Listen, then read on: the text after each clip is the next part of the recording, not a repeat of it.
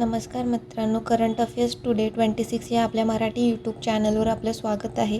चला तर मग आजचा पहिला प्रश्न पाहूया. तर अलीकडे विरोधकांनी लोकसभा अध्यक्ष ओम बिर्ला यांच्या विरोधात संविधानाच्या कोणत्या अनुच्छेदाखाली अविश्वास प्रस्तावाची नोटीस दिली आहे? तर याचं योग्य आन्सर आहे बी, अनुच्छेद 94C. तर 10 फेब्रुवारी 2026 रोजी काँग्रेसच्या नेतृत्वाखाली विरोधी पक्षांनी लोकसभा अध्यक्ष ओम बिर्ला यांच्या विरोधात अविश्वास प्रस्तावाची नोटीस लोकसभा महासचिवांना दिलेली आहे. 118 पेक्षा अधिक खासदारांनी यावर स्वाक्षऱ्या केलेल्या आहेत. निष्पक्षता न राखणे आणि विरोधकांना बोलण्याची संधी न देणे या आरोपामुळे नोटीस देण्यात आलेली आहे. अविश्वास प्रस्ताव हा संसदेतल्या खालच्या सभागृहात आणला जातो. कोण आणतं तर विरोधी पक्ष आणतो आणि किमान 50 खासदारांचे समर्थन असले पाहिजे, तेव्हाच हे स्वीकारले जाते. आणि संविधानाचा अनुच्छेद 94C हा लोकसभा अध्यक्ष किंवा उपाध्यक्ष हटवण्याच्या संबंधित आहे. 14 दिवस आधी हे नोटीस द्यावी लागते आणि ज्या दिवशी प्रस्तावावर चर्चा होईल त्या दिवशी स्वीकार अध्यक्षता करू शकत नाही. आणि एकूण सदस्यांसंख्या 543 असून 13 जागा रिक्त आहेत. हटवण्यासाठी 50% जास्त म्हणजे 266 मते आवश्यक असतात. आणि आतापर्यंत 3 वेळा लोकसभा अध्यक्षांना हटवण्यासाठी प्रस्ताव आणला गेला आहे, पण एकदाही तो मंजूर झालेला नाही. तर तो कोणते तर GV मावलकर यांनी 1954 एकदा आणलेला, परत सरदार हुकुमसिंग 1966 आणलेला आणि बलराम जाखड हा 1987 हा प्रस्ताव आणलेला त्यांच्या टाईमला, बट मंजूर कधीच झाला नाही. तर हे मुद्दे लक्षात ठेवा. पुढील प्रश्न पाहूया. तर ई माटी कथा आहे आणि बुक्सी जगबंधू या पुस्तकाचे लेखक कोण आहेत? तर याचं योग्य आन्सर आहे विश्वभूषण हरिचंद्रन. तर विश्वभूषण हरिचंद्रन हे आंध्र प्रदेश आणि छत्तीसगडचे माजी राज्यपाल देखील राहिले आहेत. त्यांनी 2 पुस्तके लिहिली आहेत. ई माटी कथा ही ओडिशा भाषेत लिहिलेली आहे आणि बुक्सी जगबंधू ही इंग्रजी भाषेत लिहिलेली आहे. आणि दोन्ही पुस्तकाचे लोकार्पण भुवनेश्वर येथे झाले. आणि लोकार्पण कोणी केले तर ओडिशाचे मुख्यमंत्री चरण मांझी यांनी केलेलं आहे. तर असेच काही महत्त्वाचे बुक्स आपण रिवाईज करूया. The Brahmastra unshield D Shivanand यांनी लिहिलेलं आहे. Ready, relevant and resurgent shaping the future ready force Anil Chauhan यांनी लिहिलेले आहे. हे आत्ताचे आपले दुसरे CDS आहेत. आणि महात्मा गांधी आणि पर्यावरण TN खोशू यांनी लिहिलेलं आहे. विरोस of valour Swapnil Pande. Different but no less Anupam Kher. Mother Mary comes to me Arundhati Roy. The Chola tigers avengers of Somnath Amish Tripathi. Operation Sindoor the untold story of India's deep strikes inside Pakistan हे कोणी लिहिलेलं आहे तर लेफ्टनंट जनरल KGS ढिल्लों यांनी. The rise of the hitman R Kaushik. MS Swaminathan the man who fed India Priyamvada Jayakumar. 10 पैशाचा postcard captain SN Ahmed. To the 7th generation doctor VI Mathan. Soumitra Chatterjee and his world Sanghamitra Chakraborty यांनी लिहिलेलं आहे. The world after Gaza Pankaj Mishra यांनी लिहिलेलं आहे. Build life Amitabh Kumar. आणि speaking with nature Ramachandra Guha. तर हे महत्त्वाची पुस्तकं आहेत, ते लक्षात ठेवा. पुढील प्रश्न पाहूया.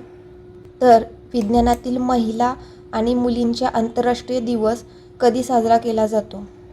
तर याचं योग्य आन्सर आहे 11 फेब्रुवारी. तर दरवर्षी 11 फेब्रुवारी रोजी आंतरराष्ट्रीय महिला व मुलींचा विज्ञान दिवस म्हणजेच इंग्लिशमध्ये बोला तर international day of woman and girls in science म्हणून साजरा केला जातो. 2015 पासून दरवर्षी हा साजरा केला जात आहे. यामागचं उद्देश काय आहे तर स्टीम क्षेत्रामध्ये म्हणजे सायन्स, टेक्नॉलॉजी, इंजिनियर, मॅथमॅटिक्स या क्षेत्रांमध्ये महिलांची पूर्ण आणि समान प्रवेश व सहभाग वाढवणे. तर ह्याची थीम देखील होती the synergizing AI social science steam and finance. Theme पण लक्षात ठेवा, कधी थीम देखील विचारले जाऊ शकतात. 11 फेब्रुवारी हा जागतिक युनानी दिवस देखील असतो. कोणाच्या जयंतीनिमित्त आहे तर हे हकीम अजनल खान हे एक प्रसिद्ध भारतीय युनानी विद्वान आणि समाजसुधारक होते. पहिली वेळ ही 2017 हैदराबाद येथील केंद्रीय युनानी वैद्यकीय संशोधन संस्थेत साजरी केली. थीम काय आहे तर युनानी पद्धतीमध्ये नवकल्पना आणि पुरावे, innovation and evidence in Unani practice. 15 फेब्रुवारीला अँटी स्मगिंग डे देखील असतो, म्हणजेच तस्करी विरोधी दिवस. मानव तस्करी विरुद्ध जागतिक दिवस कधी असतो ते तुम्ही कमेंट करून नक्की सांगा. तर सफर इंटरनेट डे म्हणजे सुरक्षित इंटरनेट डे हा 2026ला 10 फेब्रुवारीचा दुसऱ्या मंगळवारी साजरा करतात. तर ह्याची थीम काय आहे तर smart tech and safe choice. हे लक्षात ठेवा. पुढील प्रश्न पाहूया. तर 2026मध्ये भारताच्या ब्रिक्स अध्यक्षतेखाली भारताचा शेर्पा कोण बनवण्यात आले आहे? तर याचं योग्य आन्सर आहे सुधाकर दलेला. तर 2026मध्ये ब्रिक्सची अध्यक्षता भारत करत आहे, त्यामुळे ब्रिक्सच्या सर्व बैठका भारतात होतील. जसे की अलीकडे ब्रिक्स शेर्पा बैठक नवी दिल्ली येथे झाली. या बैठकीसाठी भारताचा शेर्पा म्हणून सुधाकर दलेला यांची नियुक्ती करण्यात आली आहे. विदेश मंत्रालयातील आर्थिक संबंध सचिव व वरिष्ठ राजनैतिक अधिकारी आहेत हे. तर हे नाव खूप इम्पॉर्टंट आहे, लक्षात ठेवा. सुधाकर दलेला. शेर्पा हे राष्ट्रप्रमुखाचे विशेष दूत किंवा वैयक्तिक प्रतिनिधी असतात. काम काय असतं तर शिखर परिषदांची तयारी करणे. ब्रिक्स 2026ची ही 18वी परिषद आहे आणि याची थीम काय आहे तर लवचिकता, नवोन्मेष, सहकार्य आणि शाश्वतेसाठी बांधणी. इंग्लिशमध्ये बोलाल तर building for resilience, innovation, collaboration and sustainability. आणि भारत चौथ्यांदा ब्रिक्सची अध्यक्षता करत आहे. तर पहिले 2012ला केलेलं, एकदा 2016ला, नंतर 2021मध्ये आणि 2025मध्ये ब्रिक्स हा ब्राझील येथे झालेला होता. तर ब्रिक्सबद्दल जाणून घेऊया. 2001ला ब्रिक्सची स्थापना झाली. कोणकोणते देश होते तर ब्राझील, रशिया, इंडिया आणि चायना. नंतर 2010ला साऊथ आफ्रिका जॉईन झाला, मग तेव्हा ब्रिक्स झालं. आणि फर्स्ट समिट 2009मध्ये एकातेरिनबर्ग रशिया येथे झाला. आणि 2001मध्ये ब्रिटिश अर्थतज्ज्ञ जिम ओ'नील यांनी ब्राझील, रशिया, भारत आणि चीन या चार उदयोन्मुख अर्थव्यवस्थांचे वर्णन करण्यासाठी ब्रिक हा शब्द प्रचलित केला. आणि 16वी शिखर संमेलन 2024 याचे यजमान देश कोण होतं तर रशिया. आणि 17वी शिखर परिषद 2025 हे ब्राझील येथे झाली. आणि 1 जानेवारी 2024मध्ये 5 सदस्य ॲड झाले. कोणते तर UAE, Iran, Egypt, Ethiopia. Argentina join झालेला, बट त्याने परत माघार घेतली. आणि एक सौदी अरब एक म्हणून होता, तो देखील माघार घेतली. तर आता एकूण 4 सदस्य आहेत. आणि 2025मध्ये 10वा सदस्य इंडोनेशिया ॲड झाला. ब्रिक्स समूहाचा 10वा नवा पार्टनर स्टेट कोणता आहे तर व्हिएतनाम. आणि ब्रिक्स ऑफ कॉमर्स अँड इंडस्ट्रीचे अध्यक्ष कोण आहेत तर हरवंश चावला. आणि भारत 2026मध्ये 12वे ब्रिक्स संसदीय संच आयोजित करणार आहे.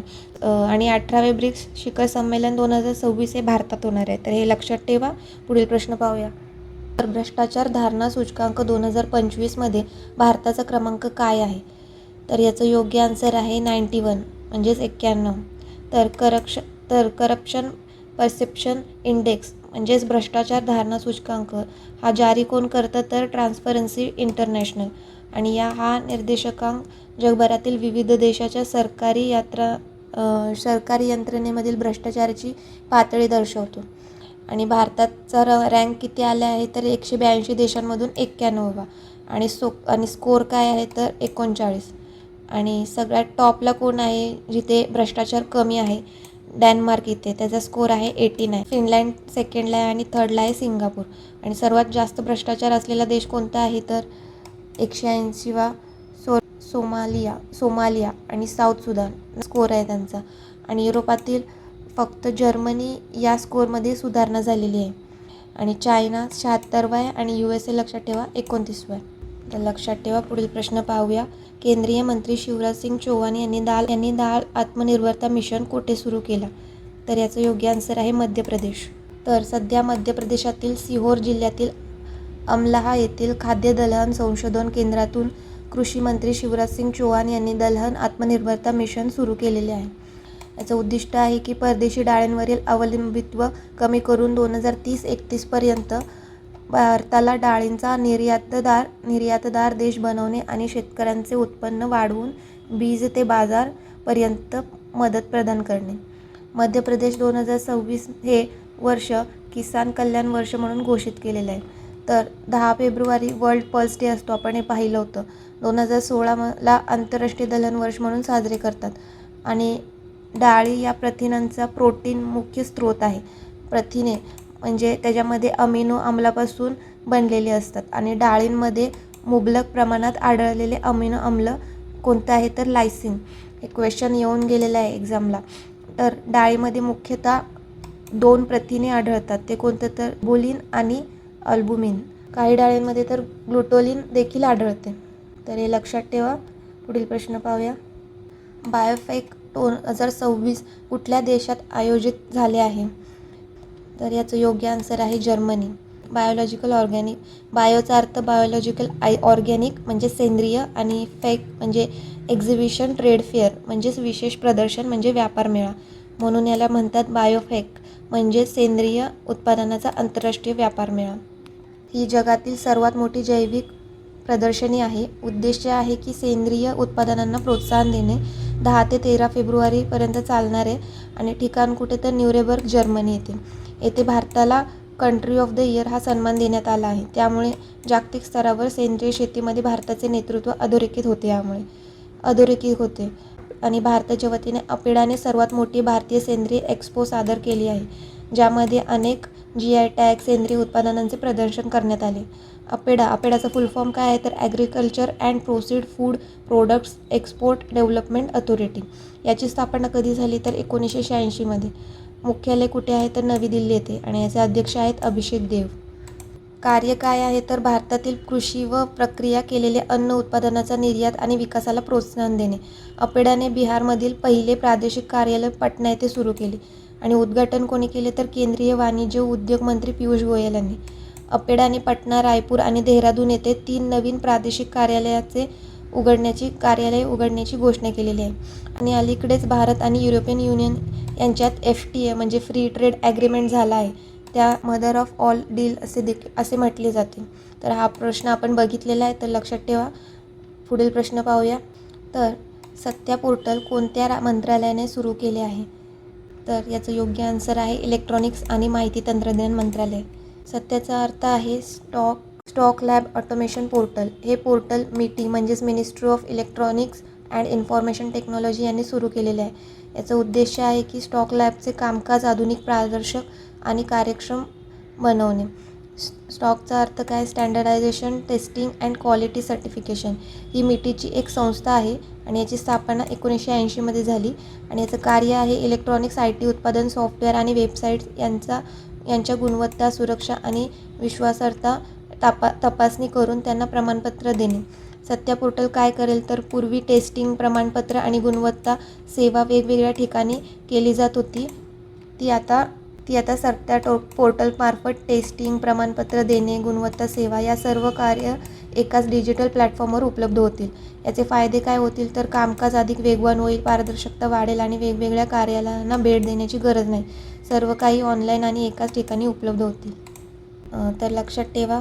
बाकी आजचा हा सेशन इथेच संपतो. कमेंट करून नक्की सांगा सेशन कसा वाटला आणि चॅनलवर नवीन असेल तर प्लीज चॅनलला सपोर्ट करा. थँक्यू.